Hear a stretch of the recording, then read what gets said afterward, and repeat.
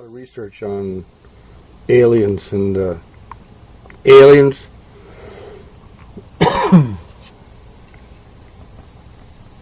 They come from demons.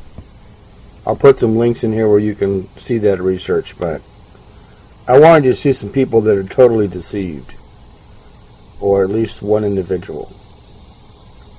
But he's deceived with a reason.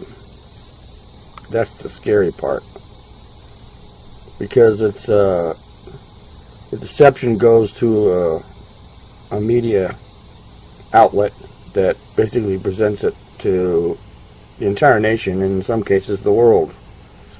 This is it. Over time and time again on these things as you're trying to get the word out that, you know, you're a pretty aware person, you know, as far as that, but you just like go, well, I'm trying to get the word out, maybe I'll get screwed, maybe I won't, but I'm just going to go for it anyway. Is that your attitude, or what? Well, it's been my attitude. Now my attitude is I just don't want that to happen anymore, you know. Mm-hmm. So I'm very reluctant to believe what anybody tells me anymore. Right. But have you developed an intuitive sense, perhaps, now? I mean, because you know how that can do. It can start shutting you down from certain experiences or certain places where you might need to be. That's true, and to a certain extent, I have an intuitive sense of where somebody's coming from, but it doesn't always work. Uh-huh. You know, that's what makes a con man a good con man, is that you get the perception that they're telling you the truth. Okay. And so someone who's really good at it, right, can snow you. Or me, anyway. I don't know about you. Hold on 1 second. Let me grab my...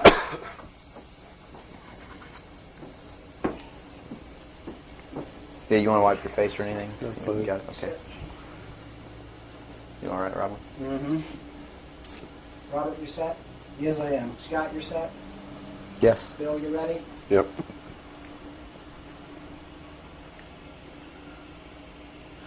Bill, well, thanks for agreeing to the interview.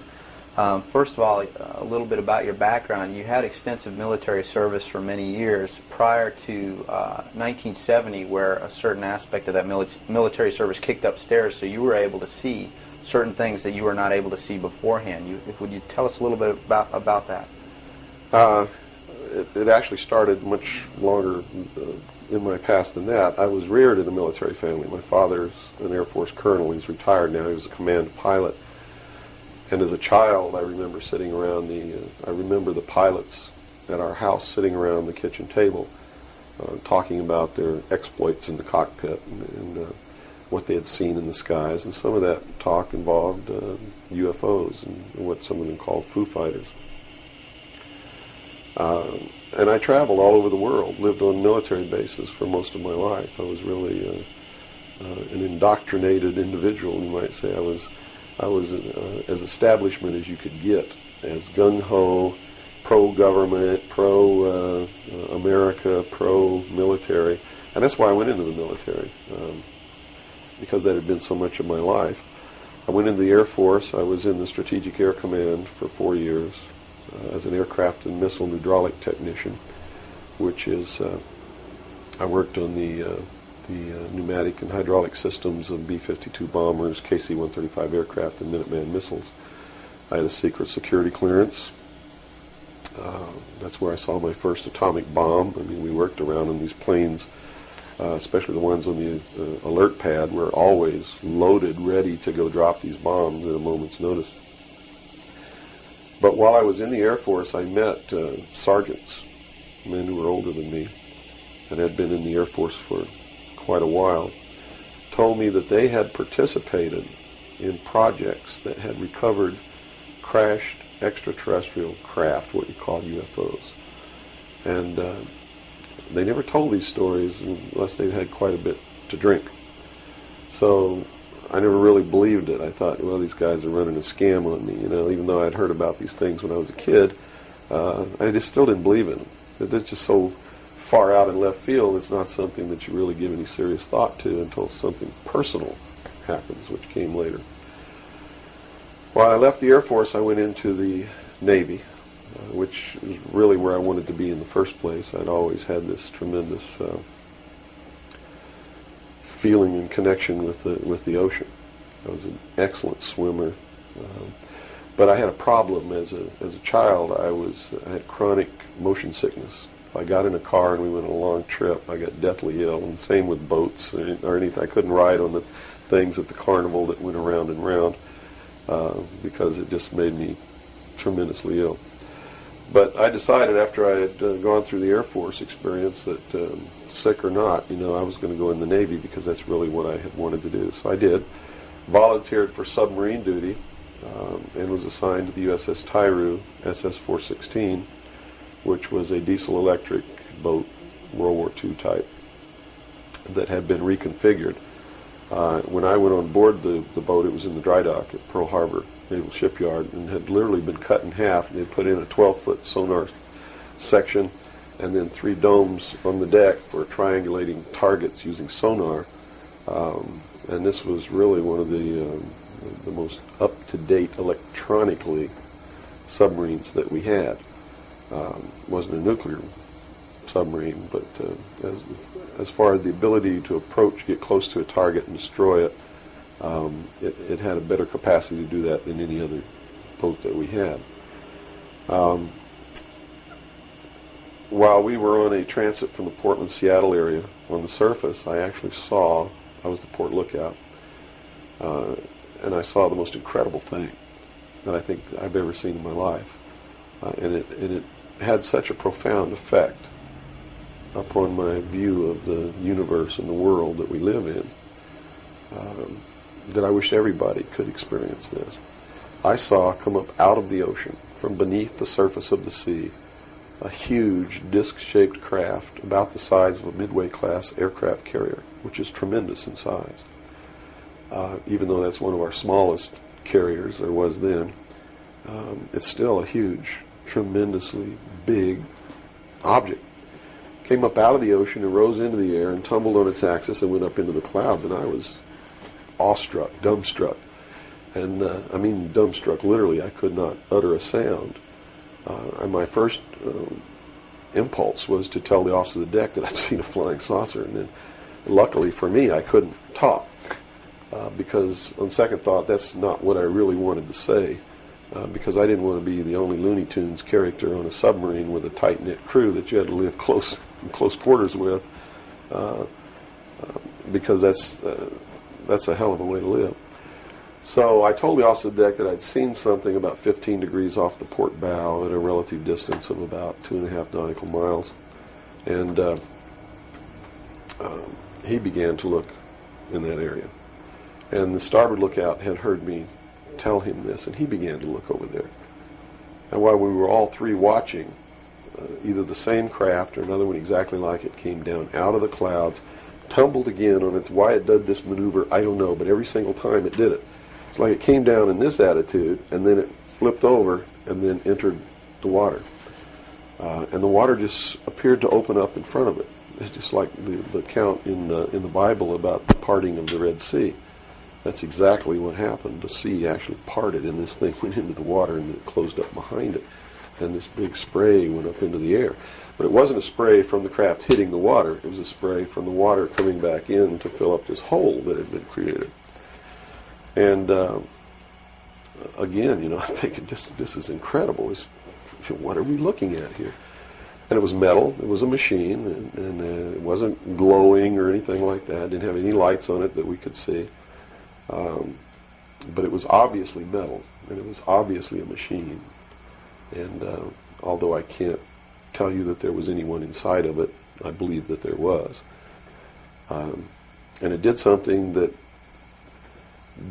as far as I knew, was absolutely impossible. I'd been in the Air Force. I'd worked on the state-of-the-art of our aviation capabilities. And here I was on the deck of a submarine in the conning tower, and I knew what we had to be able to have to go underwater, and I knew that the two were incompatible. Here's something that came from under the water and flew in the air and performed maneuvers, and then came back down and interfaced with the water at tremendous speed and remained intact. which realistically it never touched the water. The water sort of magically opened up in front of it, but something had to interface with that water.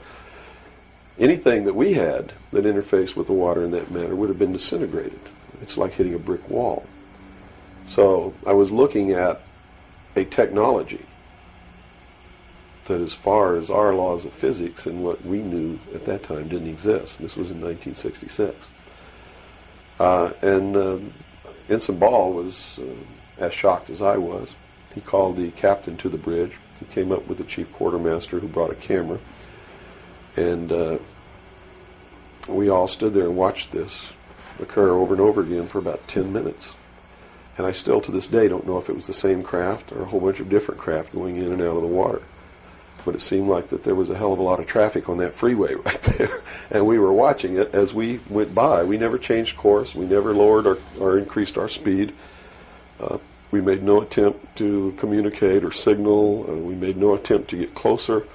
And eventually, it just stopped.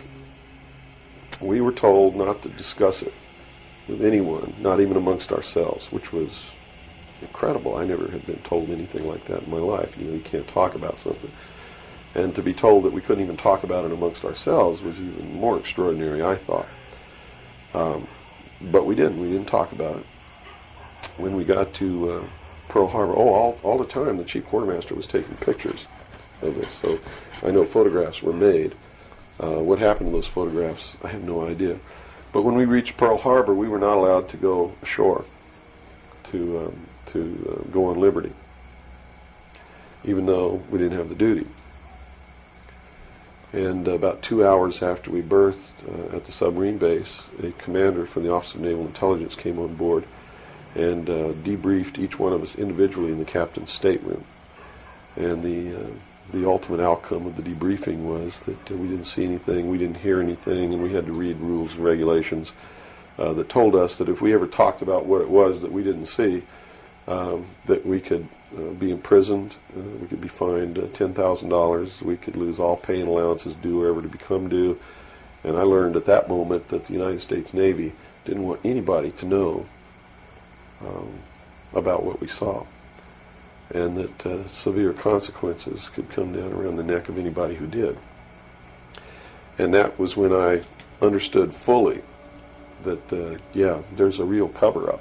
These things do exist, number one, and at least the United States Navy doesn't want anybody to know about it. And there's stiff penalties for anybody who bucks that. Mm-hmm. Moving forward a few years from, 1966, I believe, you gained a special security clearance that revealed to you certain documents, or were revealed to you, or that you saw, yes, relating to this very cover-up. To this and many other things. I was eventually trained by Naval Security and Intelligence, and I was given a secondary NEC, which is Naval Enlisted Code, which was 9545, which is Internal Security Specialist. And an internal security specialist is someone who protects classified information and protects areas, so to speak. And I had a specialty, which I was trained in, which was Pacific Area Intelligence Briefings. And I was eventually assigned to the Commander-in-Chief of the United States Pacific Fleet, who was Admiral Bernard Clary at that time, and served as a member of his intelligence briefing team. And basically all that means, we really had a wonderful job. You come in about 4 o'clock in the morning and you go through all the message traffic and everything. And what you do is what we did was that we prepared an updated briefing on everything that was happening in his half of the world, which he commanded the naval forces and marine forces, as a matter of fact. And put all this together in a briefing where we would update him on ongoing operations, brief him about operations that were scheduled to begin,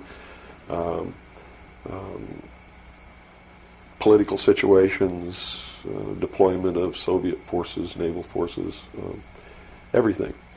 And after the briefing was finished, between 8 and 10 o'clock in the morning, then we were done. We were finished. So It was what you call fat cat duty or gedunk duty in the Navy. It's got all different kinds of names. It's just really a wonderful job. Now, to be able to function in this job, I had to have a security clearance, which gave me access to the information that I had to need to know to help prepare these briefings. And when I first was assigned to the command, I was attached to the OPSTAT office under Lieutenant Commander Mercado, which was operational status reporting. And while I waited for my security clearance, and it took 6 months to get it, what I eventually ended up with was a top secret Q clearance with an SCI attachment, which means sensitive compartmentalized information, and there were no blocks. In other words, there was nothing confining me to only certain compartmentalized information. I had access to whatever the admiral and his staff had access to because we had to prepare briefings and brief these people on all of these things. And I'm sure that at first I was tested and wasn't shown a whole lot, but eventually when they began to have confidence in me, I began to see things coming across my desk that were just absolutely incredible. And a lot of it is really hard to talk about because it's so far outside the normal concept of reality for the average American that they're going to find a hard time believing any of it. Mm-hmm. But I saw documents that were labeled under the classification top secret, and the compartmentalized the compartment that was put into was called MAGIC, M-A-J-I-C, mm-hmm. Which told me that UFOs are real, which I already knew. I'd seen one. Right. But this went farther than that. It told me that they were extraterrestrial in origin, that there were 4 different extraterrestrial species or races visiting this Earth, and that they had actually entered into an agreement with the United States government with one of these species of alien beings to exchange technology, and it told me all the projects that was underneath this. Project Red Light was actually the testing of extraterrestrial craft. Project Plato was a diplomatic project. Pounce was the recovery of technology. Pluto was the application of that technology to our own secret space program, not the public space program. There are 2 different space programs. One is what the public gets to see, mm-hmm. Which is overseen by NASA, and the other one is a secret space program that nobody gets to see, which is really overseen by the Navy Department under specialized compartmentalized black projects, and what these people are doing in secret is just absolutely incredible. I also saw documents under an operation called Operation Majority, which outlined the plans to bring together a one-world government, and also included extraterrestrial information within that. Project Grudge, which was the second project. First was Sign, and then Project Grudge, which contained all of the extraterrestrial information up to a certain point. I forget the year cutoff. And then it was contained after that in another project called Project Aquarius, which was the accumulation of the whole history of alien interaction on planet Earth. But I have to say at this point that I don't know if those documents were really telling the truth or not. They could have been showing me these things so that eventually I would go out and talk about this. And maybe that'll become clear to you later why they may have done that.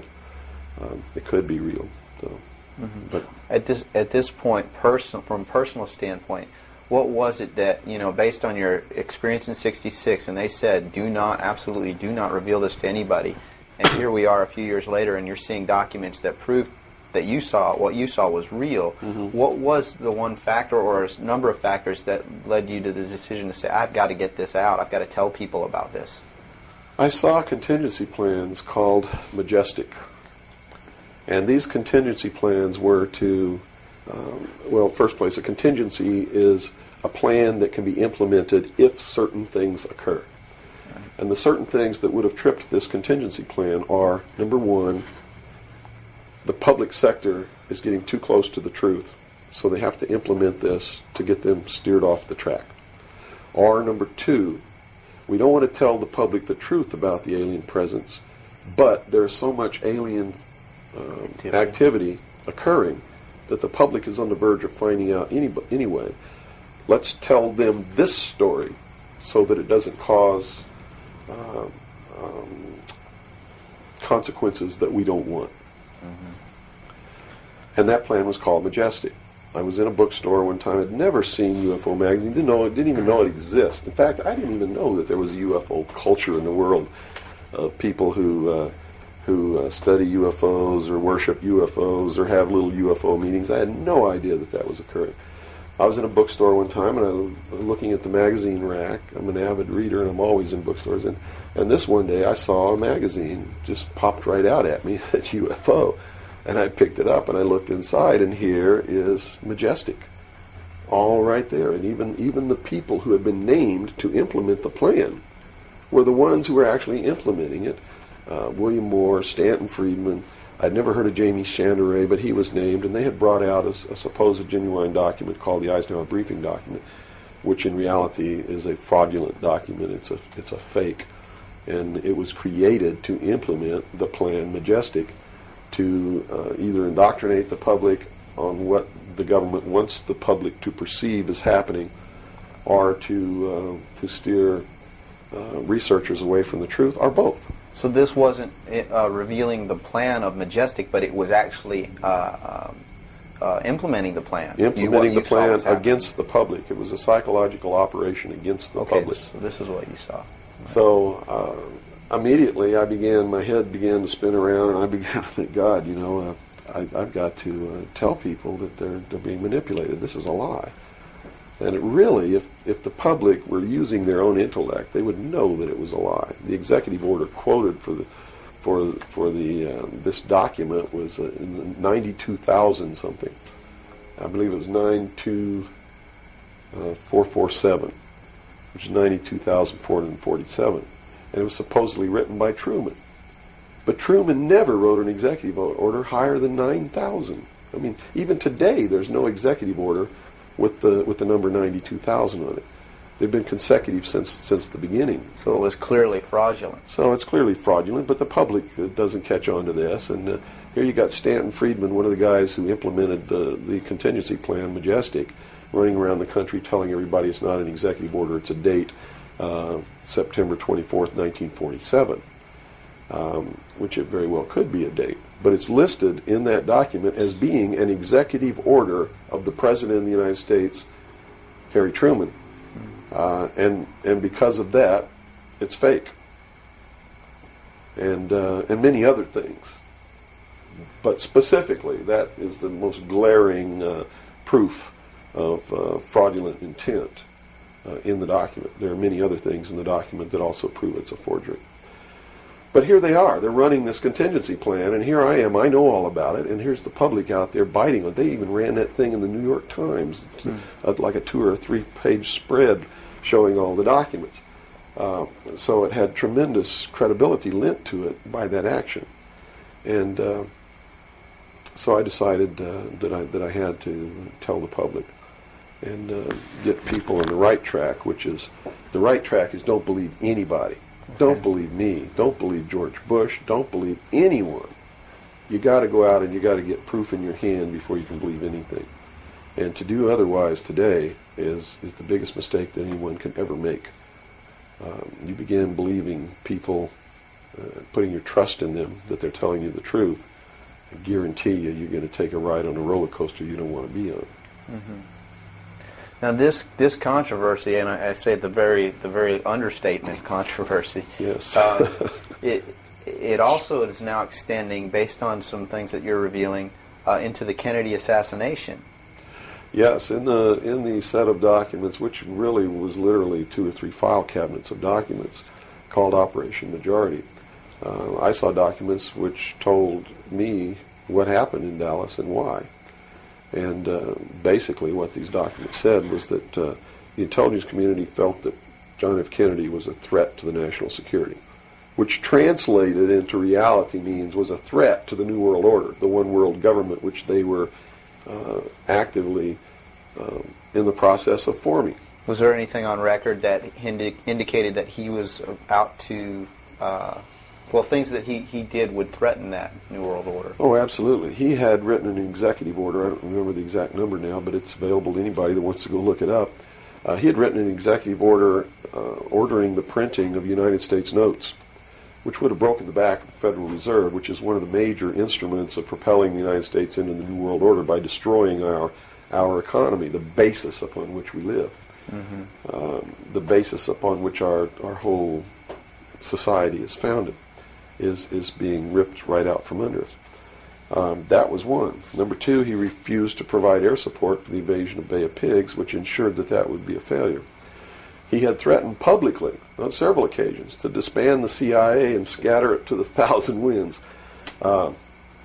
He had ordered, in the documents that I saw, he had ordered the intelligence community to prepare a plan to disclose the truth about UFOs to the public. Now, I don't know what that truth was. Could be that maybe there are no extraterrestrials.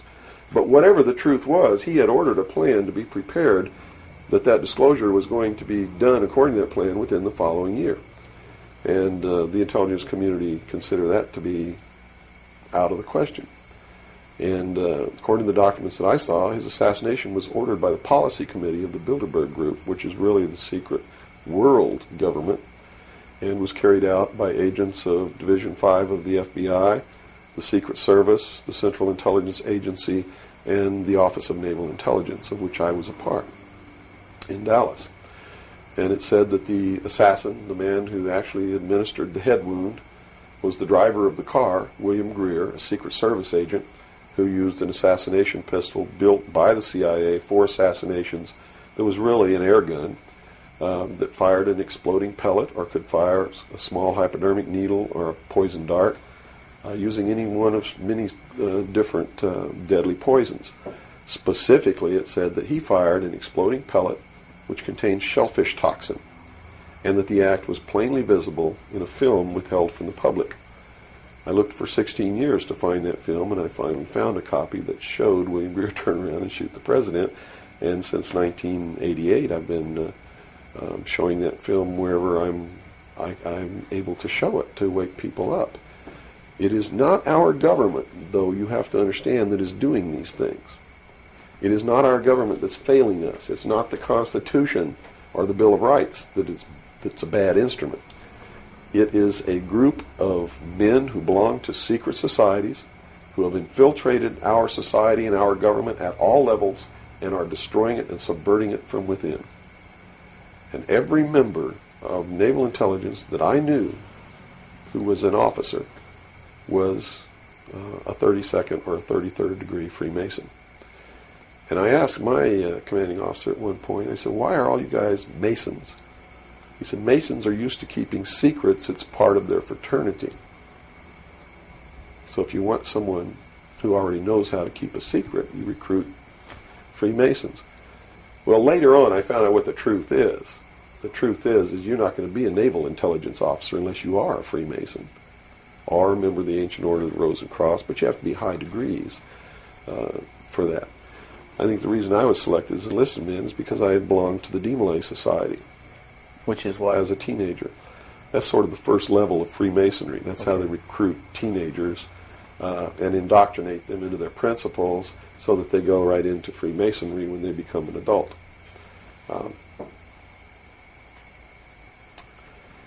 So basically that's the story. Yeah. Okay. Well, based on the information that you're revealing, which would seem to be equally or if not more of a threat than what Kennedy was originally planning on doing, is actually revealing the underlying cause of all of this. Why is it that you are here today, or how is it that you are here today and you're not, conveniently taken away and put in a padded cell somewhere so that you can't speak of these things? Well, I really don't know the true answer to that question, because you would have to ask them to find out why they haven't done anything. But I can tell you this. I began to reveal information in 1976, and I was physically attacked on 2 occasions My skull was caved in. That's what all these scars are here. On the second attack, I lost my leg. They visited me in the hospital. They had no intention of killing me. They were delivering a message to me. Shut up. And that was the message that came through loud and clear. And two men who identified themselves with identification cards who belonged to the Defense Investigative Service, which is really the Defense Intelligence Agency, asked me if I was going to shut up or they were going to have to do it right. And I told them, I said, you don't have to worry about me. I'm going to be a good little boy for the rest of my life, and yeah, I'm going to shut my mouth. And I did for 16 years. Kept silent until I saw this UFO magazine in a bookstore, which indicated that they had implemented the contingency plan called Majestic. But if you want to know what I think the reason is, I believe that there are several. One, they've had a plan that's been in force since the 40s to debunk, ridicule, destroy anybody who ever talks about these subjects. And the public has been thoroughly indoctrinated that if you talk about any of these things that I'm talking about, you're just another nut. So the public, by and large, doesn't pay any attention to it. So in that sense, I'm not a threat. If the president had come on television and said, hey, this is what's going on, then they would have listened and they'd pay attention to it. But people like me, they perceive me as being just another loony bin, fruitcake, nut, which I assure you I'm not. But that's the perception that they've been brainwashed into believing. And so that's what they believe. Number two, I am so much in front of the public from the very beginning when I began to talk. And that's how I protected myself, or at least that's what I thought would protect me, and so far it's proven to be right, was that if I got literally in front of the public overnight, in front of a large public, that they wouldn't do anything to me because it would substantiate what it was that I'm saying. And they certainly don't want to do that. It would also create a martyr, and martyrs create tremendously dangerous political movements that they don't want that either. So literally, within a 24-hour period, I spent $27,000 mailing a thick packet of information all over the world to people I'd never heard of, didn't know. We went down and got some mailing lists and just mailed this stuff all over the world. And so literally, when people opened these packages in their mailbox, and it was a perfect plan because they couldn't stop it. They didn't even know I was going to do it in the first place. And since we sent it all over the world, once it was out, there's no way they could retrieve it. At least no way that I can conceive of. So literally within 24 hours, I was a public presence. And people were asking all over the world, who's Bill Cooper? Is this true? Look what I got in the mail. And just literally flipped the world over on its ear. And I've been in front of the public ever since. So I think basically those are the reasons. They don't believe that the public's really going to listen to me, and so far that's been true. There is a small group of people all over the world who are awakening, who are beginning to understand that they've been living their life in fantasy land, and who are actively seeking the truth. But by and large, when the secret power structure says, as I've put in the first chapter of my book, right out of one of their own technical manuals, that a nation or world of people who do not use their intelligence are no better than animals who do not have intelligence, and thus are stakes on the table by choice and consent. They're absolutely right about the majority of people. It's one of the things that has been an illumination to me, is that they're not always wrong. And many of their goals are the right goals, but the method that they're using to reach that goal is the wrong method. In other words, if you set out to create a perfect world where there will never be any more killing, but to reach that point, you kill 2 billion people, you have become what you're trying to avoid. Right. And it can't happen that way. If you want to create a world of peace, it has to be done by peaceful methods. Means. Yeah, if you murder someone to destroy a murderer, you have become what it was you set out to destroy, and thus it wasn't destroyed at all. It was perpetuated by that very action, and that's what these men are doing. They rationalize everything they do so that they feel better about it. But what they are doing is becoming what it is that they want to get rid of. And the world will never be a safe place for anyone as long as there are men who do these things. Very eloquently said. Thank you. Now, you.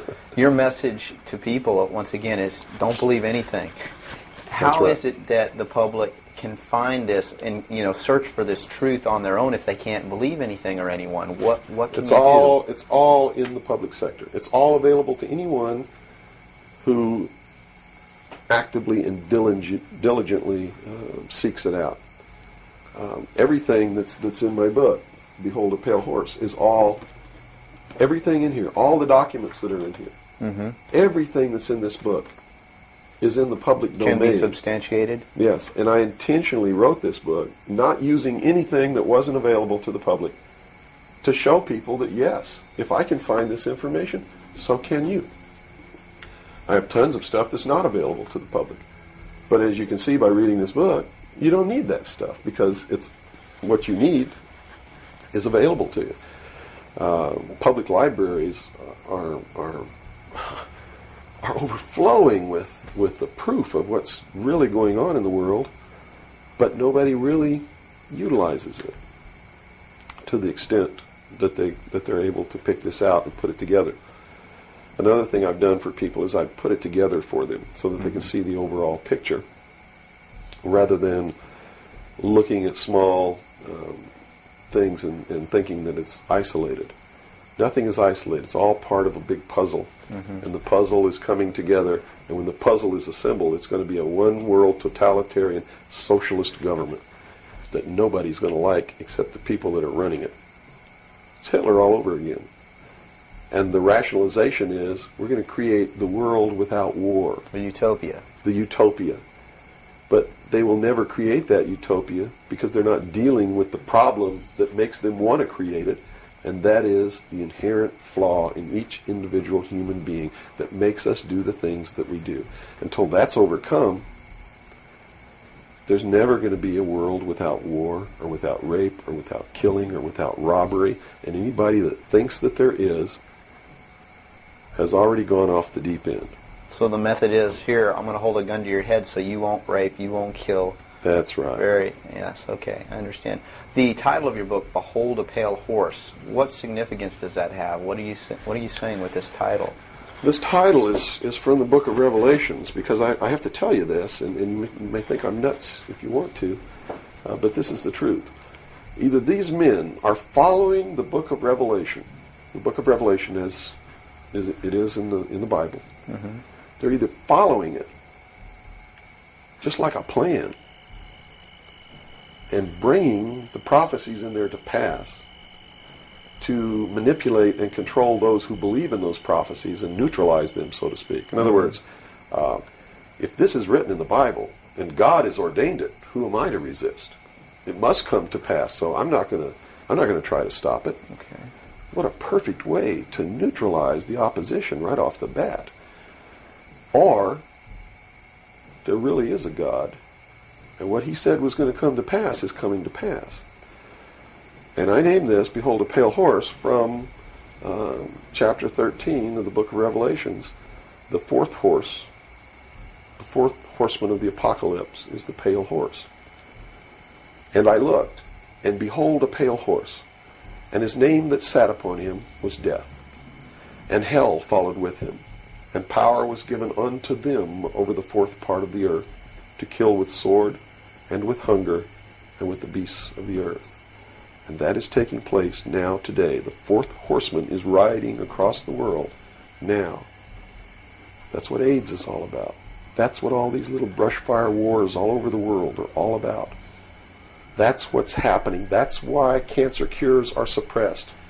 Is because they fully intend to kill a minimum of 2 billion people by the year 2000. AIDS is an invention of man. It is not a natural disease, and it has been implemented and placed into the population as a population control. And when they did it, they had the cure before they did it. And when they've deemed that enough people have died or been killed, they will say, we have a cure for AIDS. And everybody will be called to report to some place to get an inoculation, which is going to do two things. One, it's going to stop AIDS in its tracks, and number two, it's going to implant a device which will be able to be used to track each individual person and maybe even to control those people. And that's what the pet implant program is all about. It's not about finding lost pets. They don't give a damn about pets, and they would never put a satellite in orbit to find a lost pet, but yet there's a satellite up there that they're using to find pets that have been implanted with these devices. They're testing this program on pets that's going to be used in human beings. And in the Los Angeles Times in 1989, they ran an article. It was 10 forecasts for the coming decade, was the title of the article. I have a copy of it in my research center. And number 5, I believe it was number 5, in those 10 forecasts for the coming decade was chemical or electronic implants to control individual behavior on a 24-hour basis, unquote. So it's not hidden at all. It's there for anybody who wants to look. But nobody's looking. Nobody's looking. They believe, and I believe that they're right, that the biggest danger to mankind right now is man himself, population. A study in 1957 told them that by 1990 the world population would double. In 33 years. Can you imagine that? The world population of human beings doubled in 33 years. Mm-hmm. And they knew that it's an exponential doubling. Throughout history, every time it's doubled, the interval has gotten shorter. So that was 33 years. The next doubling will take place in approximately 28 years. The next one after that, approximately 24 years. Can you imagine if the world population doubles again in 28 years from 1990? In other words, in the year 2018, the world population doubles. And we're having problems with food supplies and timber and clean water and clean air now. And then after that, it doubles again in another 24 years. That's why they created AIDS. Because they didn't want to have to go around the world and say, you, and you up against the wall, you've got to die today. And shoot them. They did it in a manner to where they could target what they consider to be undesirable populations. And I want to be very clear that I don't agree with them on this. They specifically targeted blacks, Hispanics, and homosexuals for complete eradication. And AIDS is really going through those populations, and it's really doing a number on blacks, Hispanics, and homosexuals. That theory has made news. I've heard that before, and this it's been isn't a debunked theory. very clear by the public, saying, "Oh, that's ridiculous." But you're saying that that may indeed be the case. It's not ridiculous. I actually saw this in documents, and the project name was Project Naomi. MK Naomi was the name of it. It was a CIA project. The AIDS, whatever causes AIDS, whatever that turns out to be, according to those documents, was developed at Fort Detrick, Maryland, under a CIA project called MK Naomi. It was financed by $10 million for the Department of the Army's biological warfare programs. It was carried out, supervised by the CIA, carried out by scientists who worked for the Special Operations Division of the Department of Defense.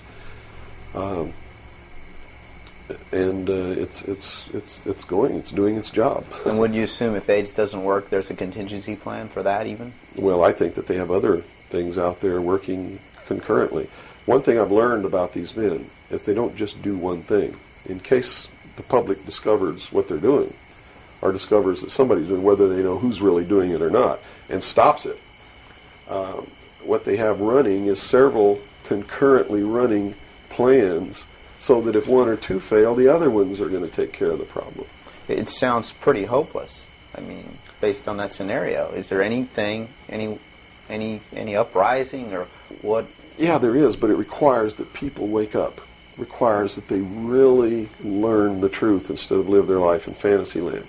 You see, because nothing can exist without the consent of the people. Unless they buy it, it's not going to happen. And all of these plans lead to the public's ultimate acceptance of what they're going to do. In fact, they're designed to make the public ask for it. For instance, the burning of the rainforest in Brazil. I know people who are just up in arms. Stop this. We've got to stop the burning of the rainforest. which is exactly what the burning of the rainforest is designed to do. Because Brazil is a sovereign nation, right? How can you tell a sovereign nation to stop burning its own forest? You can't. What they're asking for is control over a sovereign nation by a world governing body who can then send troops, a police force, to make Brazil stop burning the rainforest, and that's why they started the burning of the rainforest in the first place. You see, they went down there and they built a road across the Amazon jungle that went nowhere. There was no reason for this road to be built. There was no place to go. It doesn't go from here to a city on the other side. It just goes across the jungle and ends. And they built this road on purpose because they knew that most of the people in Brazil are so dirt poor that they would see this road as the answer to their prayers. Free land, free timber, a way to support their family, a way to become wealthy, or at least more wealthy than they were, which was no wealthy. Mm-hmm. And that's exactly what happened. Millions of people headed out down this road and staked out some land and burned the forest and tried to grow crops. And they found that rainforest is no good for growing crops. It'll grow one crop, and then you got to go burn more trees and plant another crop because the soil is poor. And that's what's happening. Mm-hmm. And that's why the forest is being burned. And it was done intentionally to create the scream of stop burning the rainforest, so that then they could offer the solution. The solution is a world governing body that can then order and enforce that order of Brazil to stop burning so the rainforest. the green movement worldwide is As now a manipulation. just a manipulation Yes. of... Now, it's been proposed time and again, too, that big business is behind things like this, and that would represent a capitalist approach, but what you're saying is we're heading toward a socialist approach based on this scenario. You have to understand the difference between capitalism, socialism, communism, what all of these things really mean. You have to understand what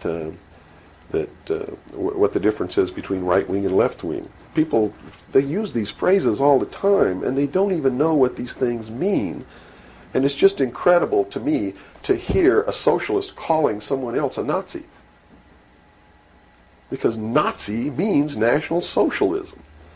So here's a socialist calling a right-wing guy a Nazi, when what he should be calling the right-wing guy is anarchist. People on the right want no control. Mm-hmm. They're really anarchists. Okay? So they would, in theory then, or in fact, be in opposition to this ultimate movement. Yes. Whereas in appearance, they would be the ones behind it. Well, when you have a misunderstanding of what the terms mean, yes. Okay. Right-wing on the far right is total anarchy. They don't want anybody controlling anything that they do, and they believe that people are responsible enough that the world can exist without government. Okay. Or the very minimal government that it would take to. On the far left, on the other hand, they believe that the government should be in total control and should be supply man with all of his needs. Well, creating a whole society that's dependent. Right. A republic is somewhere in the middle. It's governance by laws. Laws are decided by representatives who are elected by the people. And according to the theory, the representatives will do what is right, whether they get elected or not, because it's not really a democracy. A democracy is far left. People don't understand. We don't live in a democracy. This country is not a democracy. It is a republic. A democracy is ruled by the mob. The mob always votes themselves every kind of benefit that they can vote themselves. And whenever you do that, it means large, tremendously overpowering government in control. They vote themselves into dependency. That's it. They Okay. vote themselves into a dictatorship is what they do, where they lose all of the benefits that they intended to vote themselves into in the first place. Okay. And democracies are extremely dangerous to minorities, because if the majority of people don't like you, Right. they're going to vote that they kill you, and they can, that's it. Democracies are dangerous. Democracies are socialists. Democracies are communism. That's what communism is. The definition of communism is everybody doing according to their talents and receiving according to their need. And it doesn't work. We already know it doesn't work. Men, by his inherent nature, is greedy. So those at the top always end up having everything, and those at the bottom end up having nothing in communism. Socialism is different. Socialism usually ends up in a dictatorship, in a very controlling dictatorial government which even owns the people that it governs, so that those who live in fear of not having are provided for what they need, and in turn they worship this oppressive government. Socialists are children who went out into the world, took a look around and said, I can't handle it, and went home to Daddy. Okay. Daddy, protect me. Daddy, feed me. Daddy, loan me your car. Daddy, tuck me in at night. Socialists are scared little children who are irresponsible, can't stand on their own 2 feet, and need Daddy to take care of them. Okay. Okay? Now we got the... But what happens when you go home to Daddy and Daddy does all these things for you? Tell me. Well, you never leave the home. You've not got no reason to. In other words, if you're being provided for in that way. You're being provided for, but what does it mean? Doesn't it mean that you have to do what Daddy tells you to do? True. Doesn't You're mean you have under to be his in rules. when Daddy tells you to be in? Doesn't it mean that you can't drive the car to the next town if Daddy tells you you can't? Doesn't it mean that if Daddy tells you to take out the trash, you better take out the trash?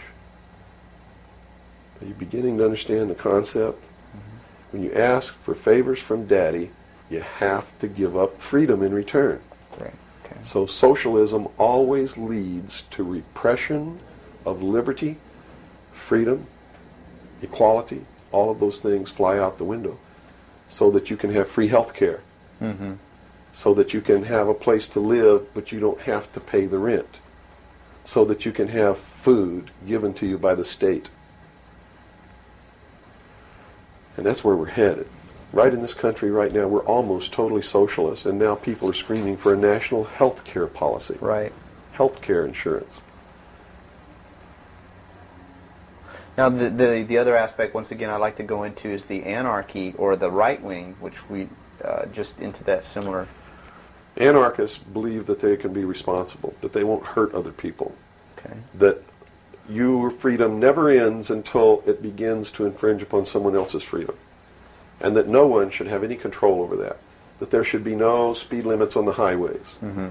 The problem is that, again, just like on the socialist side, you have people over here that are human, and human condition means that ultimately somebody's not going to be responsible, that they're going to drive too fast when they've had too much to drink, and they're going to kill innocent people.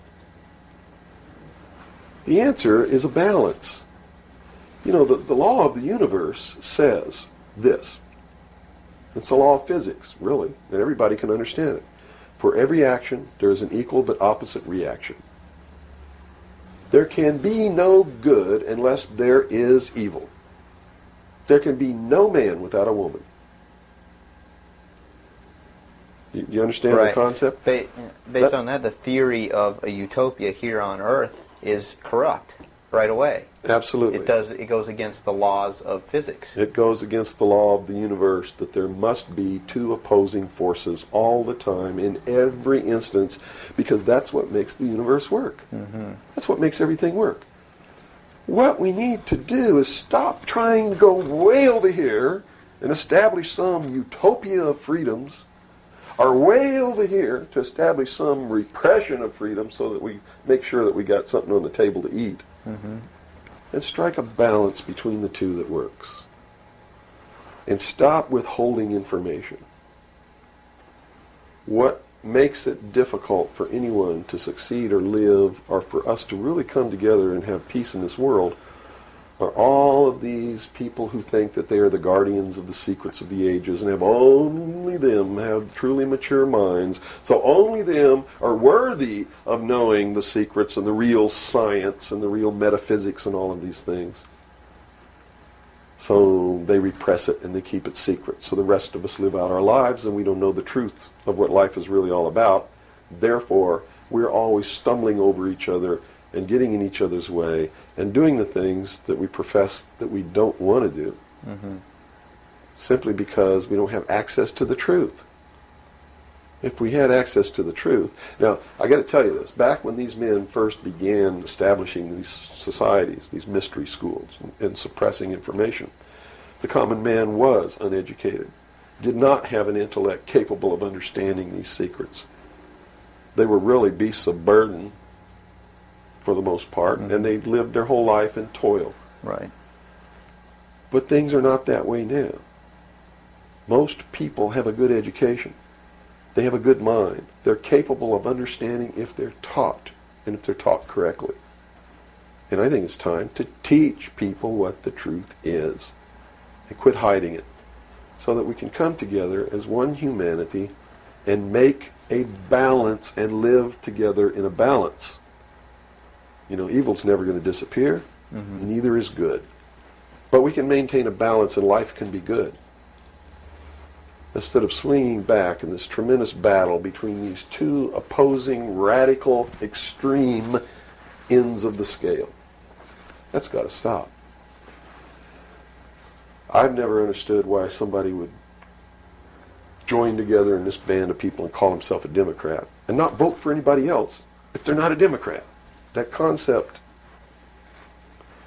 is beyond my understanding. And Republicans and Libertarians and Populists and Communists and Socialists and this and that, and blacks and whites and Indians, and there are so many sects and groups and segments, and we're so fragmented that getting together is going to really be difficult. But we've got to do it. Because if we don't wake up and do it ourselves, these men who meet in secret and plot the manipulations are going to do it whether we want it or not, and they're going to do it at the point of a gun. And they're going to take away everybody's freedom because they don't consider us responsible. Capable of having that freedom. Are capable, are even of using our intellect. So they'll put us in shackles and control us and force us to be peaceful. That's what the plan is, and that's what the New World Order is all about. Well, we've run from UFOs right to this. And at first, a person might watch this and say, wow, this is really strange. But where we've come down to, based on that beginning, is quite in the realm of common sense. Well, it's not strange at all. It's what they've been trained all their life, that if they hear these buzzwords, they're listening to some loony idiot talk, and it has no substance to it. Once they get into it, though, and begin to understand that everything is interconnected, it's leading us toward one end. A one-world totalitarian socialist government, and begin to see it coming to pass all around them in their life, and understand that nothing happens by accident. It's been planned for many years. Then they begin to understand that UFOs play a big role in this. Because if they're real, it's the most significant thing that's ever happened in the history of man, and may be the driving force behind locking up the human race. Because how could a UFO land in a place like Macon, Georgia, and somebody who doesn't look like us get out, walk down the street? And I'm not trying to insult the citizens of the state of Georgia. What if they landed in Newark, New Jersey, and got out and walked down the street in a society that kills people because they sit in the wrong seat on a bus? I'd assume now that they'll know about us. Of course they will. They probably already know about you if you've been exposing the truth on your show. Would you assume that our phone lines would be bugged at this point? I don't know. I doubt it. They don't really consider you to be a threat unless you develop a large political following. Oh, okay. So, unless you have a large political following, you're not considered to be a threat to them. Because they figure that the people are too stupid to listen to you anyway. And generally, they're right. So we're in the process of educating people then. Yeah. Is the best thing. Education is 60 or 70% of the battle. Yeah. Because people automatically begin to do the right things once they learn what the truth is. They're educated to it.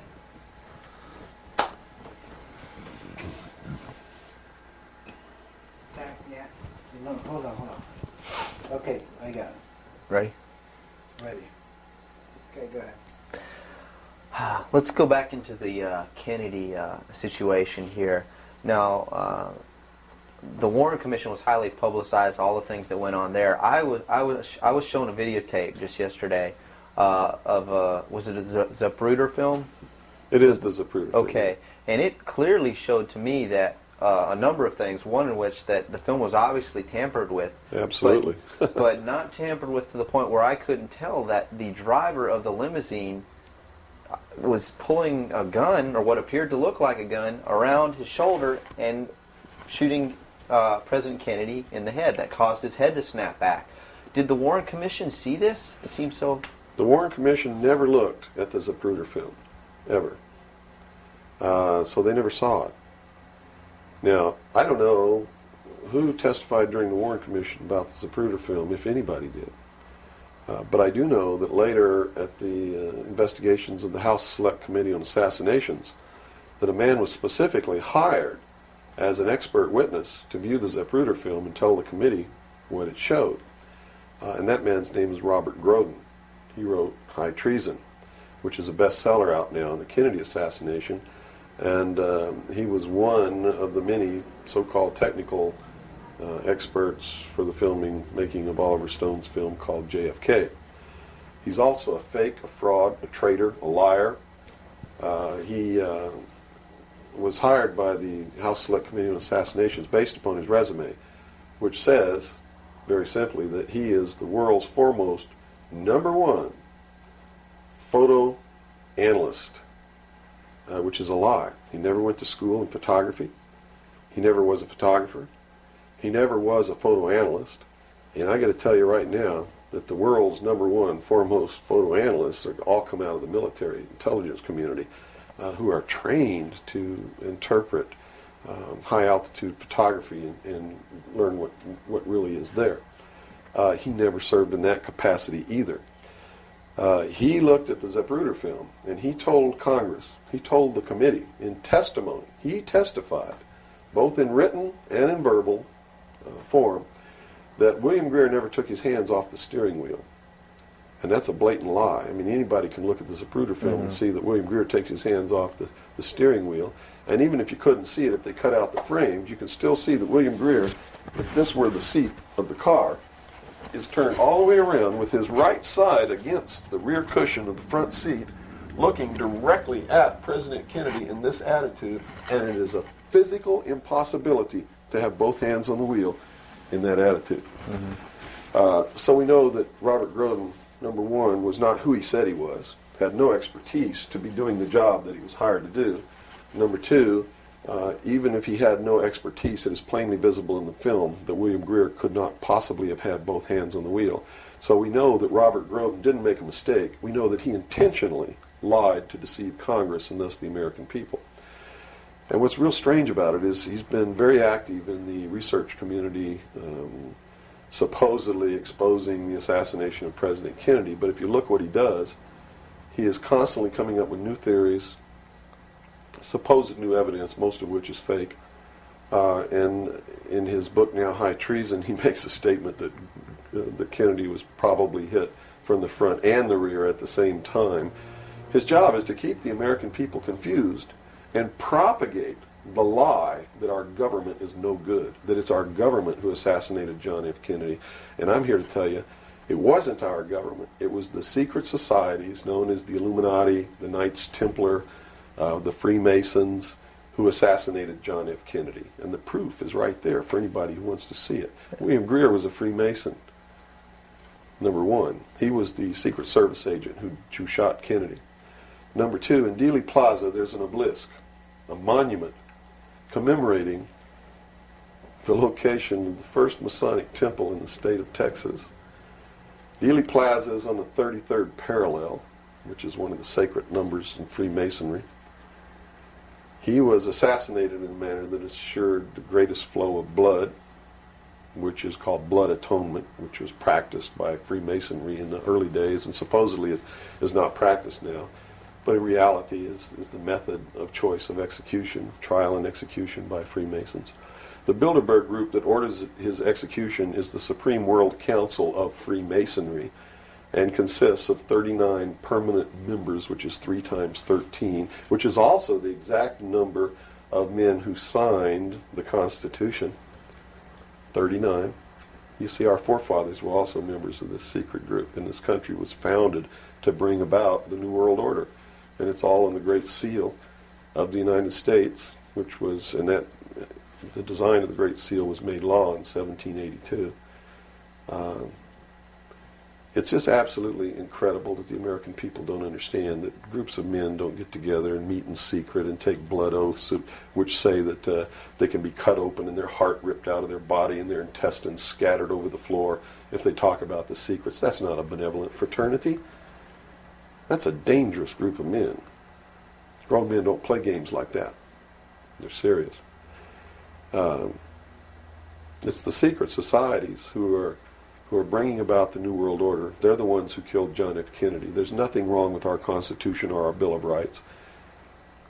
But Americans are going to be convinced that our government sucks. And that's what all this stuff is all about. So at the beginning, the founders of this country actually did create what was I guess you could say, an above-board, good government basis for a good government. Yes. They gave us every tool to ensure the success.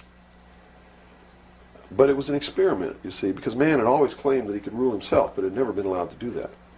Even in ancient Rome, they call it a democracy. The man didn't rule himself. He was ruled by other people who made man think he was ruling himself. But the truth was, a Roman centurion could march down the street and grab anybody they wanted to and make you do whatever they wanted to, or just execute you on the spot. And that was the truth of the matter. Those weren't free people. In the history of the world, there had never been a people who were truly free or who truly ruled themselves until the United States of America was created as a republic by which we ruled ourselves through elected representatives whom we sent to the State House, either in the states or to Congress, to do it. They also gave us every tool by which we would destroy ourselves if we weren't capable of doing it. The United States and France, the revolution in this country and the revolution in France, were created to bring about governments which would function as the antithesis to the kings and queens of the world and cause them to topple off their thrones. It also gave man a chance to prove once and for all whether he could rule himself or not.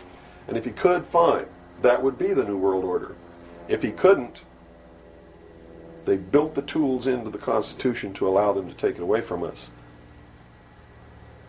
And those tools are the creation of the federal democracy within the boundaries of Washington, D.C., and the right to contract, through which, if we were irresponsible, we would contract to receive rights from that federal democracy and thus, in return, give up our freedom. And that's exactly what's happening. It's exactly what we've done. John F. Kennedy was short-circuiting the New World Order. He had ordered the printing of constitutional money, United States notes, which would have destroyed the Federal Reserve, which is not an agency of the United States government. It's a private corporation owned and operated by the world bankers, controlled by the Illuminati. And its purpose was to destroy the middle class in this country and thus our economy, and throw us at the mercy of the New World Order. And we see this unfolding now. You see it unfolding now. You are seeing, and I predicted this well in advance, you are seeing the destruction of the economy of the United States. And it will continue. It will not get better. It's downhill from here on out. Unless we nationalize the Federal Reserve, lock up the criminals who own it, cancel the debt, which will then bankrupt the Illuminati, which is exactly what we ought to do, print constitutional money, which cannot be usurped, which cannot lead to our destruction, and go back to what we're supposed to do, and quit contracting for benefits. We're escaping from the laws of nature, and there's a terrible consequence for that. Mm-hmm. Terrible consequence. We have to function within the laws of nature. You can't contract for somebody else to keep you alive. You have to be responsible within your life to keep yourself alive. Mm-hmm. And if you can't do it, then you have to die. That's the law of nature. You see.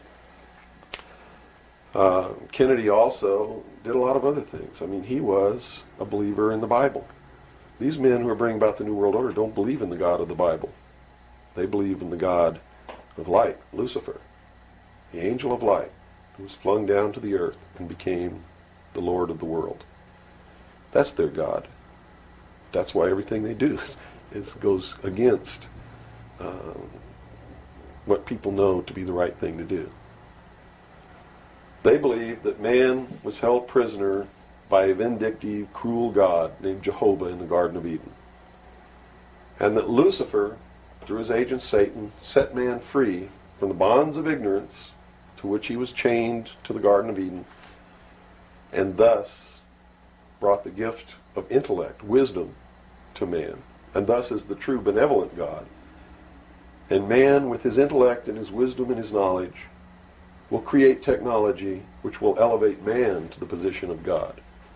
And all this is allegorical. Don't take the story literally, you see, because it's all allegorical. They believe that intellect, reason, is the light, is the true God,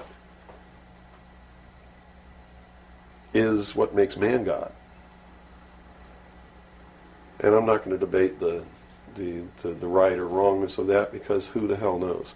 But I can tell you that they pervert whatever it is that might be divine about their philosophy by becoming what they profess to destroy. To destroy, yes.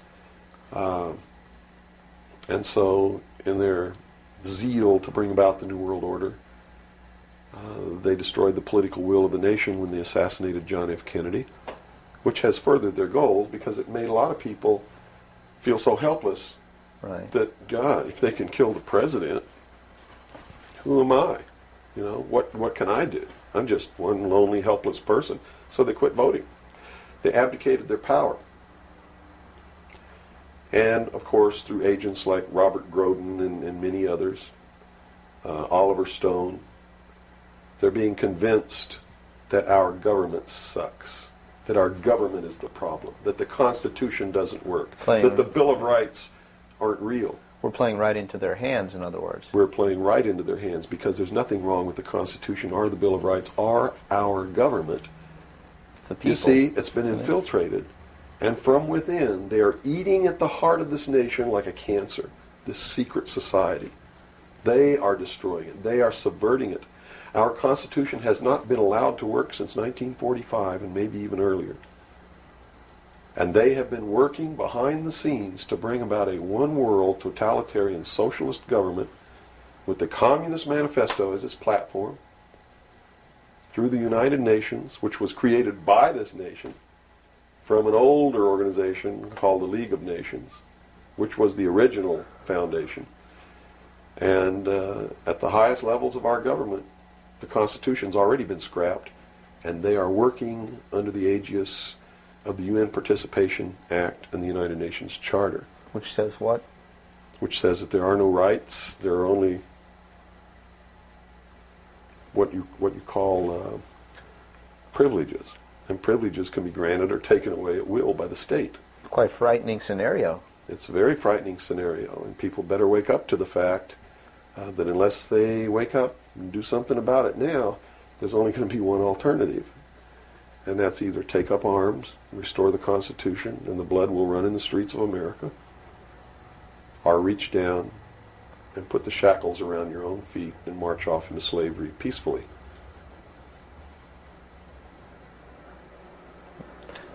It's not going to be easy the coming years.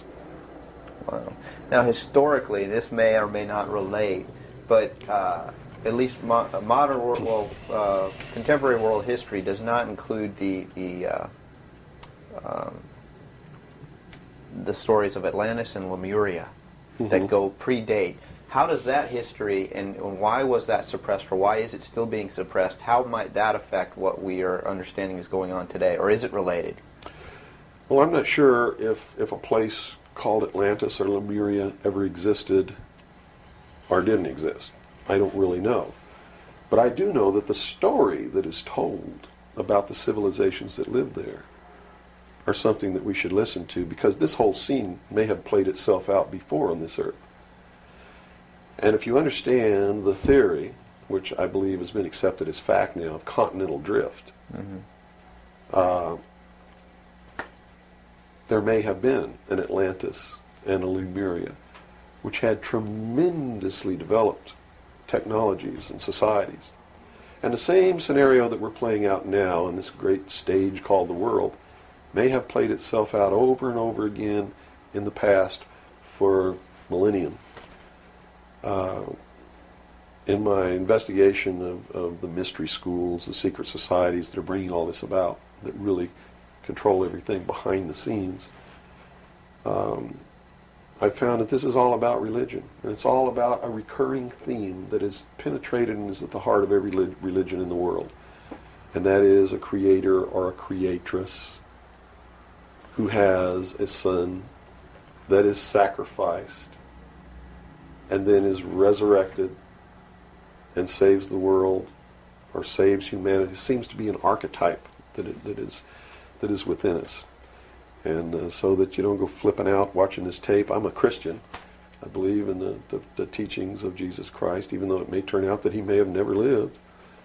The scene, it doesn't matter. When you read his words, and you can go back through history and find these are the same words that were spoken by every Savior that there ever was, are the most beautiful, most profound, most affecting words that have ever been spoken on the face of this earth. And when I get down and almost get to a point of hopelessness, I just go read the Sermon on the Mount. And I come back up again. Because in the end, it's not going to matter whether Jesus ever lived or didn't live. The story is real. And it's within all of us. And it brings us to something within ourselves that is good. But these men don't look at that. They believe that the end justifies the means, that these stories are just stories, and that the real meaning behind it all is that man can transcend his animal state through the realization of intellect and the overcoming of all of his emotions and feelings and morals, guilt, all of these things. And I just can't go along with that because I believe it's our emotions that tell us when we're doing wrong. We feel it within ourselves. And a person without that capacity to feel when they're doing wrong becomes a sociopath, which is someone without a conscience who really believes that the end justifies the means and therefore has no pangs of conscience nor no reluctance to murder someone who gets in their way. Mm-hmm. And it's extremely dangerous. Now, do these people recognize the continuity of life? In other words, you have told me earlier that they're after physical immortality. They believe that through their technology, man will become God. With the power of reason, through technology, man will himself become God. They will engineer, just like Hitler wanted to do, the super race who will live forever. And the concept is the same, and the men behind it are the same as Hitler was. When they killed John F. Kennedy, it shows you what kind of men they are. Because they would not stop to kill anyone who gets in their way. And they've never stopped at it. Their goal, literally, to bring about the New World Order, will be to kill approximately 2 billion people before the year 2000. AIDS is one method of doing this. There'll be many more. As they solidify their control, everyone will be given a choice. They'll be presented with a new world religion. They'll be told to renounce Christ, renounce Buddha, renounce Muhammad, join the New World Order, join the New World Religion. If they refuse, they'll be executed. Very simple. And it won't bother them a bit. In fact, according to their belief, they believe they'll be helping these people. And in reality, they will. Because those people will transcend this physical state while they're prisoned here living forever.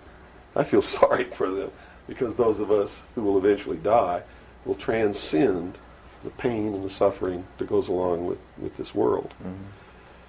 Mm-hmm. And they're so egotistical that they preserve whatever they do so that the diligent can find out what kind of men these men really are. For instance, the Kennedy assassination, I've been showing a film for 5 years that shows exactly who did it. I show you exactly where Oswald is on the film.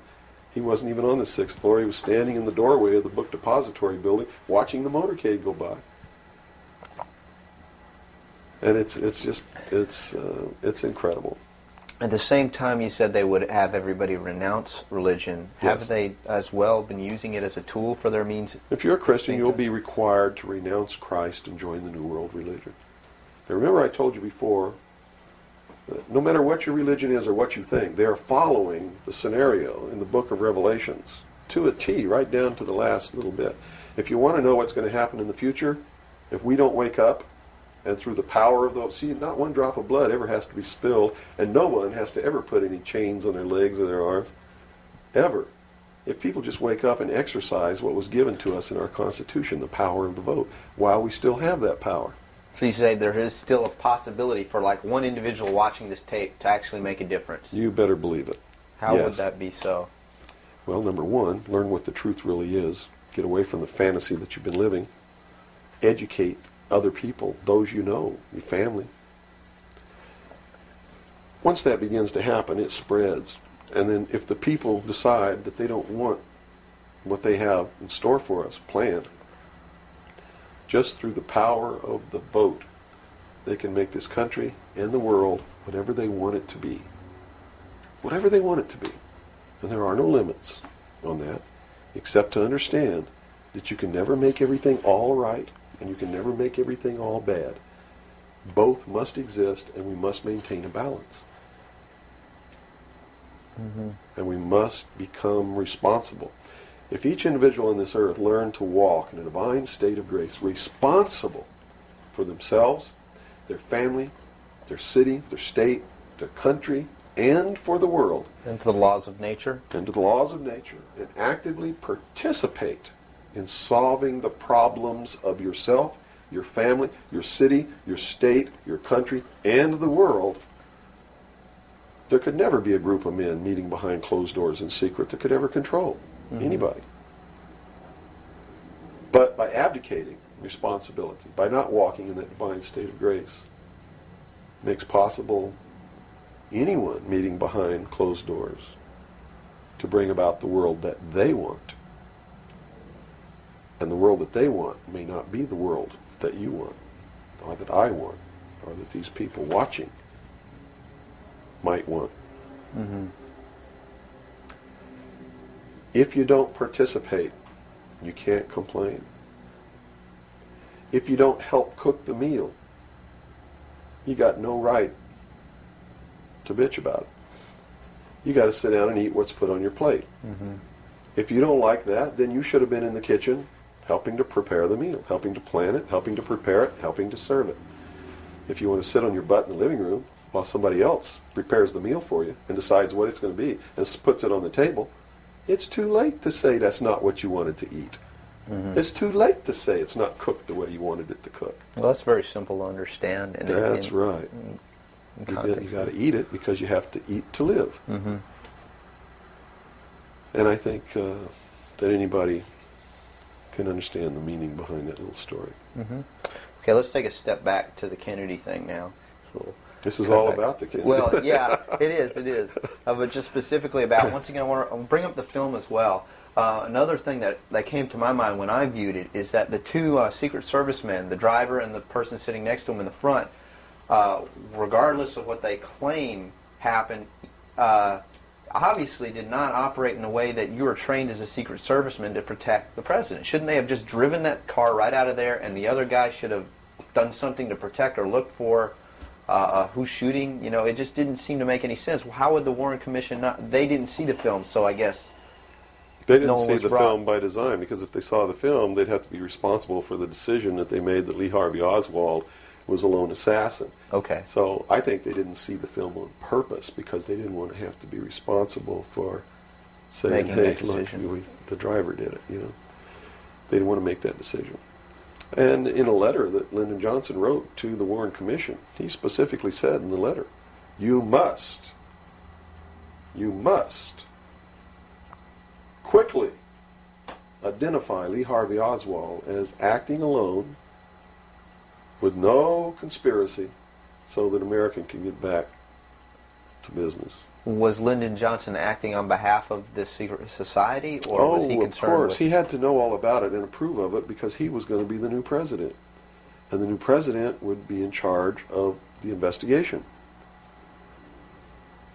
How high see? up a government official do you have to be before you're briefed of this? You know, the total of all the things that are going on, the reality behind them. Well, you have to understand that nobody exists on a high level in government who's opposed to the New World Order. Nobody. Our government has literally been infiltrated, and there's a cancer within our government destroying it, eating it, nibbling away at it, hacking off its limbs. And you said this started in 1945? 1945 What was were the when events? the overt destruction began to occur, when Truman signed the UN Participation Act and the United Nations Treaty. It actually began long before that, when these secret societies began to infiltrate the government and appoint their members to important posts. Infiltration is easy. If one gets in, he can then appoint and hire others to replace people who are not members below him. So now we've had over 50, almost 50 years of this going on. At least. I believe that it started back probably 1913, 1917, when the Federal Reserve Act was passed, when the Council on Foreign Relations became a reality in this country. And you can, by diligent research and study, you can see when it happened, where it happened, who did it, and how it was done. It's apparent. When they say there's no conspiracy, I mean, we talk about a conspiracy. It started out as a conspiracy. But when they say today there's no conspiracy, that's not a lie. It's the truth. They're doing it right out in the open, right under our noses, and we're too stupid to know it, to see it. So it's not a conspiracy now today at all. It's right out in the open. They even publish their plans. I mean, here Carter appointed Zbigniew Brzezinski as the National Security Advisor, who just wrote a book before he was appointed, declaring himself a Marxist. I mean, you read that book, this man believes in Marxism. This man is a socialist. Not only a socialist, he's an international socialist. He's a globalist. His goal, stated in his book, is to destroy the sovereignty of nations and bring about a one-world Marxist government. Now, the Carter administration was one extreme, and then we came into the Reagan administration, yet Nothing changed. Nothing changed. What you're saying is that no matter what the political leanings, they seem to be playing the same game. As long as you're playing their game, it doesn't matter who you vote for, who you put in office. They all belong to the other side. They're in the pockets of the Illuminati. When you quit electing professional politicians, when you quit electing the guy who looks nice on television because he speaks good and he looks like the guy you wanted to marry or something like that, you're playing right into their hands. You know, they've made it so impossible for another Abraham Lincoln to get elected to the office of president that it's a wonder that we even have a chance at all. We need to send people to Congress and to government who are going to clean house. Kick all the members of secret societies out of the bureaucracy. Lock them up. Try them for treason. Because they are traitors. So one thing that may help is term limitations. We must have term limitations, and it must be only one term. And forget all this nonsense that anybody who goes to Washington don't know what's happening. They don't know what's happening simply because they haven't taken the time as citizens to understand how our government works before they ever go to Washington. You see, it should be a process that starts in infancy. It works its way up. And everybody should be taking part in the government. Now, if someone came in to office with this kind of knowledge and with this kind of intent to really push these people out, would they not be eliminated immediately? Not if they have the people behind them, because what the people would do in one fell swoop, in one election, would elect people who've never served in government before, kick the incumbents out, send citizens to Washington. And here's the way it has to be done. You know, right now, you don't even pay your congressman. You know who pays your congressman? The federal democracy of the District of Columbia. The federal government pays your congressman, who's supposed to be representing your state and you. The federal government is a foreign country to your state. Why should he represent you? Not only that, but he moves to Washington, D.C. He maintains a residence here, but he doesn't live here. And as long as you re-elect him, he continues to live in Washington, D.C. forever if you keep re-electing him. So they lose all touch with what's back here. They're paid by a foreign government, the federal government. They're not paid by the sovereign state of Georgia or by you. They have to be paid by you. And they have to live here. They can't move to Washington, D.C. They go to Washington, D.C. for one term. Okay? One term only. When that term's up, they have to come back. And you don't pay them exorbitant funds. You pay them just enough to live on comfortably while they're there. No fancy giant cocktail parties, none of this crap. And you take care of their family. See, they don't take their family either. That's the other clue. They leave their family here, where they live. You, the people of Georgia, take care of their family and their business or their farm or whatever it is they have while they're gone. Now do you think they have a vested interest in representing you? They sure would under those conditions. Yeah. But under the conditions they go under now, they have no interest whatsoever in taking care of you.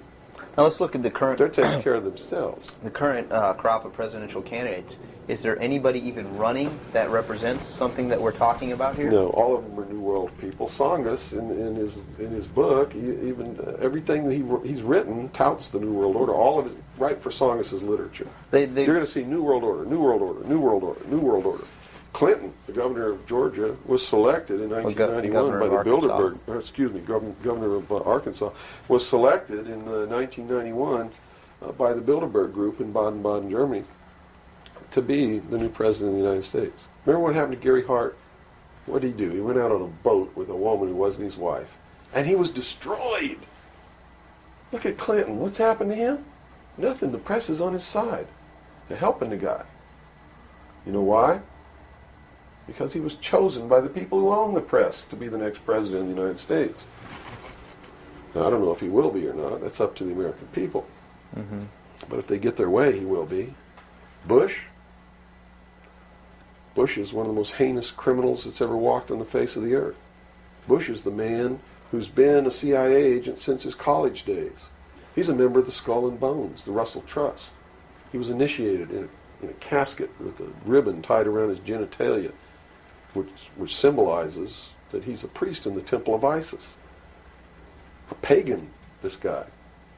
This man is a member of the mystery schools. Well, he has the outward appearance of a good Christian, church-going Christian, no? They do whatever they have to be approved by the people, but in secret, they're not at all. This is a man who practices pagan religious rituals, magic. Doesn't matter what you think of all these things. I'm just telling you, this is what he does in secret. He is the man who, when he was chief executive officer, when he was president of the offshore division of Zapata Oil, organized and began the first large-scale drug smuggling operations into this country. George Bush is the one responsible for the drugs on the streets. And the war against drugs is not a war against drugs, it's a war against the Bill of Rights. We've already lost the Fourth Amendment in this war. That's true. And we're going to lose everything else. You watch on, it amazes me, people watch on Saturday night, cops, top cops, tough cops, 911. All of these stories that are glorifying the police state, and they're falling right into the manipulation. As they watch police with no search warrant, with no court order, break down people's doors, tear out their walls, rip open their mattresses. All in the name of the war on drugs. Pretty sneaky. It's pretty sneaky, all right. You see them stop people in the streets, and the guy's got $400 in his pocket. They don't press any charges. They didn't even have any reasonable suspicion to stop the person and search him. And what do? They take their money, and they don't give it back. And America's watching this. And the stupid idiots, yes, you stupid idiots, you sit there and watch it, not realizing that when you take away that man's freedom, you've also taken away your own. You see, because they can do the same thing to you. Just because you talk a way that they don't like you talking, or because you wear red shoes and they don't like red shoes, they can do the same thing to you. And under the new law, without a court order, without a search warrant, they can break down your door, they can rip open your mattresses, your couches, your walls, they can trash your house. All in the name of the war on drugs. And let's say they don't like the color of your shoes. All they have to do is drop a little pouch of cocaine in your living room, behind your couch, and find it and say, aha, you're a drug dealer. What happens then?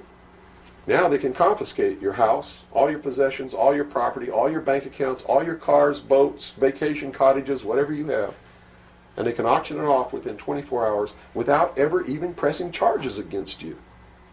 Without a court order, without due process, without just compensation. And there's not a damn thing that you can do about it. Not a damn thing. At least right now. At least right now. And the reason you can't do a damn thing about it is because you're the one who brought it about through your stupidity. You're mentally crippled. You're operating from a position of ignorance, apathy, abdication, irresponsibility. And we're losing our country, our freedoms, everything. Now, these are strong accusations of the American public. What do you hope to accomplish by angering the very audience that you want to watch and listen to you? Go prove me wrong. Go make me the idiot. In so doing, you're going to find out what the truth is, and maybe you'll wake your up. And if you do, maybe we can save our country. Because I don't really care at this point whether you get mad at me or not. My country's disappearing. My freedoms are disappearing. My daughter's going to live as a slave in the New World Order if you people don't wake up and help me.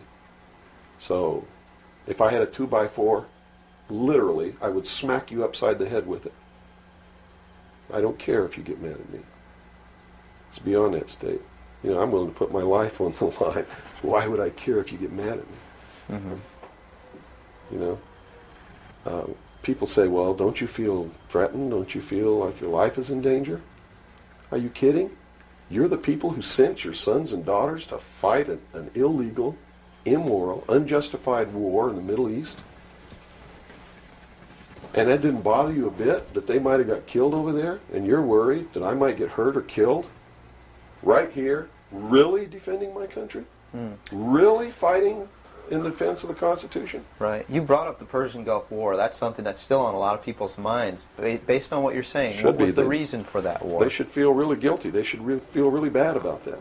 I mean, what about a Saddam Hussein that everyone seems to agree is you know, the evil man here, that we had the right to go in and punish, destroy, or whatever? Well, it's funny that the man who purported to want to destroy Saddam Hussein was the man who really built Saddam Hussein when he was in the Central Intelligence Agency.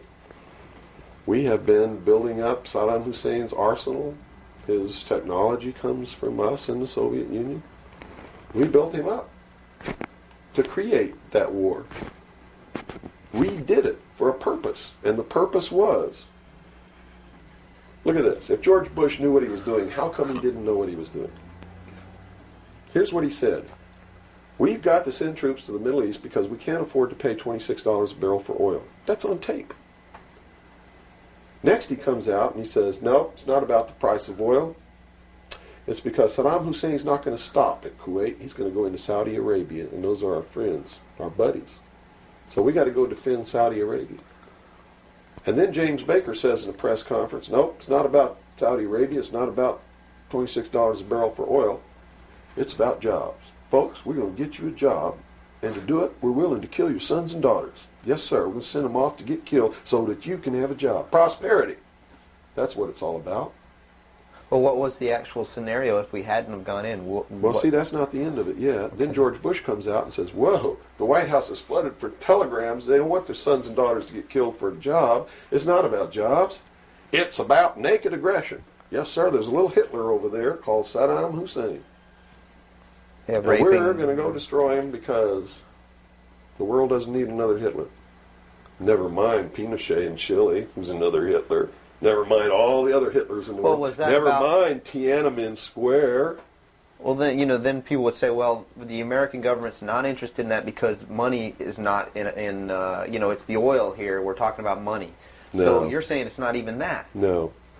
They've been planning this war for years. In fact, Arco Press wrote a book about it. The name of the book is Rapid Deployment Forces. It was published in 1985. It names Kuwait as the country. It talks about Operation Bright Star, where they've been practicing the war every year since the early 80s, sending troops over there practicing the war. liberating Kuwait. It's even named in the book. The whole thing was spelled out years ago. What it was all about was to establish the New World Order. You see, because for the first time in the history of the world, it's established the legal international precedent that the United Nations could pass a resolution and send its police force to enforce that resolution, and that the member nations would have to pay for that action. And George Bush said it very clearly, but nobody was listening, when he said, no longer will any nation stand against a world united. And with that action, he established the legal foundation in international law that the United Nations is now legally and overtly the one world government, and that the United States military forces and the other forces that were sent by other countries were established as the one world police force under the United Nations. Have you seen the new Air Force uniforms yet? Nowhere on them does it say United States or U.S. They are United Nations uniforms. Go look at them. What role in the Middle East, again, does Israel play in this? Israel was created as the instrument to bring about the Battle of Armageddon and the fulfillment of prophecy, a war that will be so terrible, where nuclear weapons will be used, so that the American citizens and the other people in the world will get down on their knees and beg for no more war. And what is the answer to that? They're going to be told the only way we can guarantee no more war is if we destroy the sovereignty of nations and we come together as one humanity in a one world government. Right. Now I'm telling you, unless the American people wake up and stop it, starting in about 1996, the Battle of Armageddon will become a reality. Not because two nations got mad at each other and decided to fight, and that's why Saddam Hussein was not destroyed. He will be the instrument that will bring that to pass. Right. Yeah, they purposely did not go in and do that. Saddam Hussein will be portrayed as the Antichrist. Babylon is in Iraq. Read the book of Revelations. Whether you believe in the book or not, read it, because the men who are bringing this about are using it as their script. Well, the UN did indeed charter Israel as a sovereign nation. They were the ones who created this state.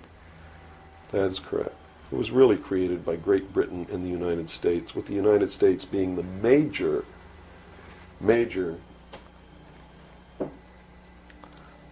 instigant. Okay, and the Jewish people were then being manipulated into believing it was for some other reason. That's correct. They've always been manipulated. And I get people who still come to me all the time and say, Bill, you're all wrong. It's the Jews. The Jews are subverting the world. Man, it's not the Jews. It's not the Catholics. It's not the blacks. It's these men who belong to the ancient mystery schools, who meet in secret and decide the fate of the world. And they belong to all different races and all different nationalities and all different religions to the public point of view. But in secret, it's a different story. How about the European community? Here seems, based on your theory, another group of sovereign nations coming together to form one government. The European community, the EEC, was created by the Central Intelligence Agency, working through a lodge in Italy called the P2 Lodge. Propaganda 2 is the name of it, which is the intelligence arm of the Vatican, and Prince Bernhard, who is the leader of the secret World Council that controls these secret societies around the world, called the Bilderberg Group. And that's the truth of the matter. And well, during its creation, they just threw out Margaret Thatcher. She was really opposing this. Yes, she was, and that's why she got ousted. Okay. So did the Shah of Iran. So did Marcos. Anyone who opposes it gets ousted. That wasn't an overthrow of Marcos by the people in the Philippines. It was organized, instigated, and carried out by agents of the Central Intelligence Agency and the KGB. The overthrow of the Shah of Iran, our intelligence community is trying to tell us they didn't know anything about it. They didn't know what was happening. Bullshit. They organized it. They instigated it. They are the ones who caused it to come to pass. You see, because we didn't have a National Security Agency or a Central Intelligence Agency before the UN Participation Act was signed. And these organizations were created to bring about the one world government, the New World Order. And it had to be done in a manner that the people would not know that it was being done, and the only way they could do that was hide it behind the veil of national security. And the Cold War was a manipulation maintained to bleed the people of tax dollars to fund the creation of the police force of the New World Order, which is the Army, Navy, and Air Force and Marines of the United States and the Soviet Union. And the people didn't rise up in the Soviet Union and overthrow communism. It came from the top down because it had to be done. There has to be a bringing to the same level of all the peoples of the world to approximately the same political viewpoint, so there's not big disparity in order to be able to justify the merger of all these countries together. Well, who now is ruling the forces of the former Soviet Union? You have Yeltsin in now. Gorbachev supposedly went down, but we're not sure about that. Well, let me tell you this. From the beginning, there was never any war between the United States and the Soviet Union. It was created by those at the top to fund the New World Order and the New World Order's police force. At the highest levels of all countries, they all belong to the same club. And we, the people, sit back and we watch this grand drama which is being played out for our benefit, not theirs. If it wasn't for us, they wouldn't even have to do any of this. But you see, they just can't come out and destroy all of us because they need slaves. They need people to make their shoes and make their cars and mine the ore. They need worker bees, and that's what we are. In the New World Order, we will be the worker bees, the slaves. So the Orwellian view of the vision of the future wasn't too far off based on this scenario. George Orwell was just like me. He was a low-level member of British intelligence who was appointed to a position high enough where he saw the same documents that I saw. And he tried to warn the world just like I'm trying to warn the world, only he wasn't willing to take the risk that I'm willing to take. So he wrote it in a book called 1984 and spelled out exactly what's coming as a warning to the people of the world, as a work of fiction. But you notice that that work of fiction really stirred people up because they knew that it wasn't fiction. In their heart of hearts, everyone who's read that book knows that it's coming. It's a possibility. Most people won't recognize it overtly or publicly, because then, if they recognize it, they have to be responsible to do something about it. And that's what every one of you have been resisting all your life, is being responsible to do something about it, to get involved. That's why you'll walk away from a girl being raped on the street by a gang of thugs rather than go and try to help her. And I'm not talking to all of you. I know there's some of you out there just like me. But most of you are just exactly what I've just described. Most people are no better than animals who do not have intelligence because they don't use their intelligence. And to these men who control things behind the scenes, you are stakes on the table by choice and consent, and will always be ruled and manipulated and enslaved by people who do use their brains. As long as we're debunking some myths, because it's putting pieces of this puzzle together, I think, for a lot of people that may be watching. The hostage situation in Iran that got Carter out of office, is this another orchestration? And if so, how does it fit into the October surprise is no myth. There was a deal made. There was a deal made at the highest levels to keep the hostages until after Reagan was elected. Do you really believe that it was an accident, that it was a coincidence, that 30 minutes after Ronald Reagan was sworn in, took his oath of office, the hostages were released? Did they want Carter out? Are you really that naive? I can't believe it. Did they want Carter out? Yes, they wanted Carter out. They wanted Carter out. He wouldn't play by the rules? Or what was I don't know why they wanted him out, but they wanted him out. Carter was ineffective. He did not have the support of all the American people. They need people who can manipulate the American people so that they have their support. My message is to you is don't support anybody unless they're doing what we know to be right. Don't believe them. Don't fall for the manipulations. Double check everything they say.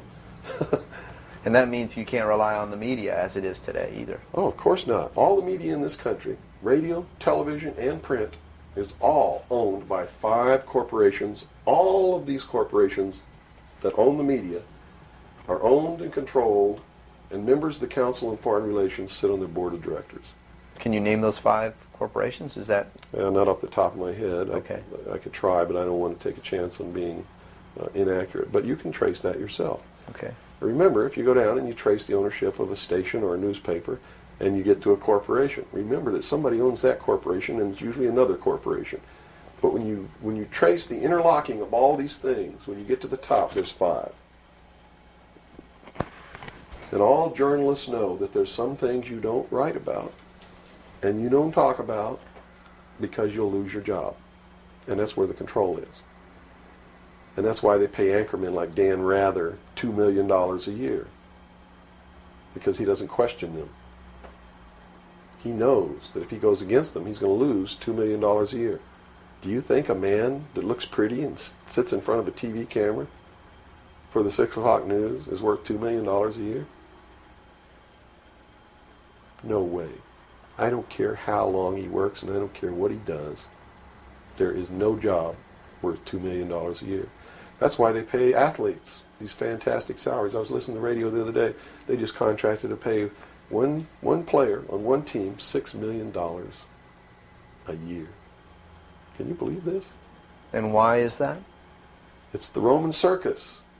What does the emperor do when the people become restive, and when the people are asking questions, and when the people don't like the policies of the emperor? He sends them to the circus. He creates a circus. He builds a giant coliseum.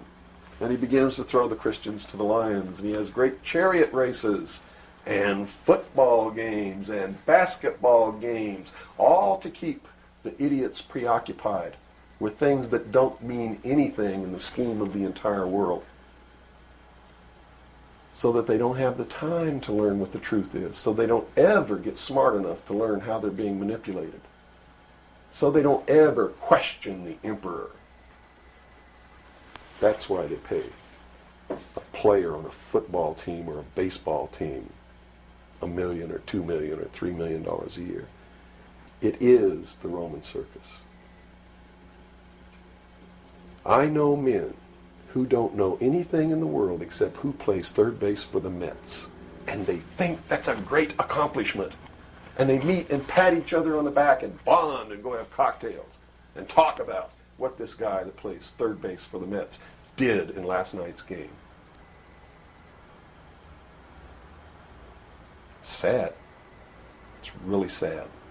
Is there any room in a kind of society where these manipulations are not taking place for this type of entertainment, or any type of entertainment at all?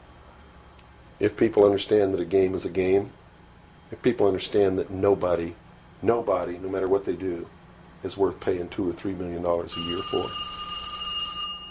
people should be able to get rich if they want to, by the sweat of their individual labor. Okay? By going out and doing something for the world. Not by taking people's minds away from the emperor. It's a game. Football's a game. Football's a game. But let me tell you something. When 150 of the most powerful men and women in the world can meet in secret in Baden-Baden, Germany, and plot the fate of billions, and nobody even cares about it, but 6 football players go to lunch together, and it's in the headlines across the country, you have a reflection of the society in which that exists. And it is a sick society that is doomed to self-destruction. So based on that scenario, there's some truth into what these men are looking at. Absolutely, and that's what makes me so sick, is that I'm trying to wake up a people who on a daily basis are proving the ones that I'm warning them about to be right. Well, so that even though a minority, there are people out there that you recognize are awake to this, if they don't do something about it, they will lose that ability to be free in that way. That's correct. Whether they might think, well, I don't need to worry about it because I know what I know and I'm fine. That's It doesn't right. work that way. There's a Yes. connection here to everything. That is correct. That is absolutely correct. A nation of people who are willing to send their sons and daughters that they profess that they love to a foreign country to die, and they use the excuse to themselves that they're sending them off to defend our country, and they know damn well that's a lie, are doomed. It's funny. There's a parable. You said Ben Franklin earlier was even a part of this. Yes. A parable of Ben Franklin. I don't know if you're familiar with it. He paid too much for the whistle. He came up when he was a young boy. Are you familiar with that parable? No, go ahead. When he was a young boy, he was given an allowance, and it was a decent amount of allowance, and he was going to the store to get a toy. He was very excited about that, and along the way he met some boys who had this whistle, and he saw that, and he saw the little boys blowing this whistle, and he thought, wow, the greatest whistle, this is the greatest toy. He really wanted this thing. So without asking, he gave all his money away, to these boys for this whistle, and he went home, and sure enough, he got very bored with it, and he had no more money to buy something that was really, worthwhile to him. Sure. And so from that point on, he had a saying that said, don't pay too much for the whistle. And I think somehow that relates here. He's also the one, when the Constitutional Convention was finished, when they wrote the Constitution and signed it, when it had been signed, he walked out the doors. Someone outside, I forget who it was, I believe it was a reporter for one of the newspapers in the 13 colonies, asked him, he said, "What have you wrought, Ben?" Ben looked at him and he said, "A republic, if you can keep it."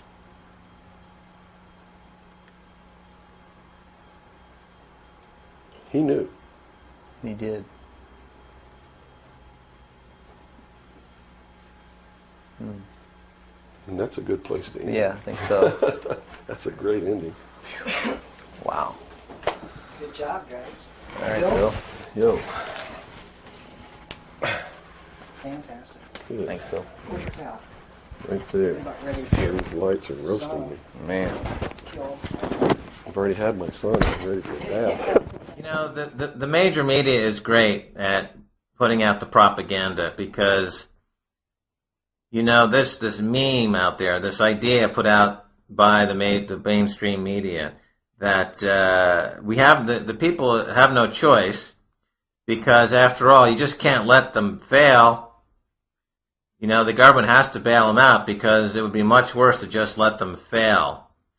And this is remarkable because the major mainstream media have gotten the American public to buy into policies that guarantee their impoverishment.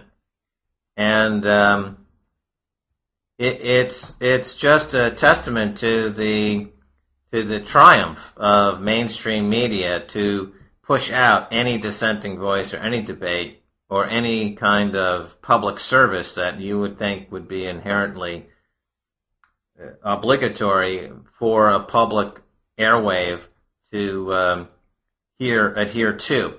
They've been the public airwaves, which started out as a public utility more or less, have been, of course, co-opted by the corporate agenda, and now serve purely at the behest of the propaganda meisters in Washington and in the banking system, who put out these ridiculous, these ludicrous ideas that, we just can't let them fail.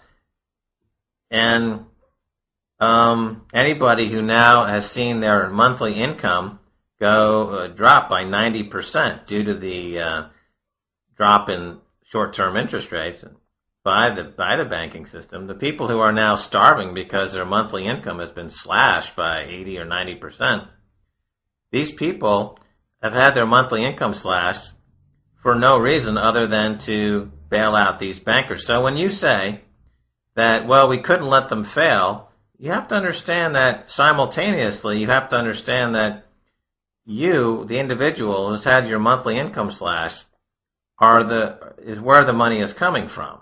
You are subsidizing the Merrill Lynch bonuses and the Wall Street bonuses. And not only have you had your money stolen, but then you turn around and defend the crooks. And this has got to be the very nature of this whole idea of the Stockholm Syndrome, where the person who's been kidnapped falls in love with their captor. The American people have been kidnapped by the banking system, and now they're defending the banking system while the banking system steals their money in the form of driving interest rates low to bail out banks who have kept afloat this enormous slush fund scheme, unnumbered accounts that are simply there to launder money, launder losses.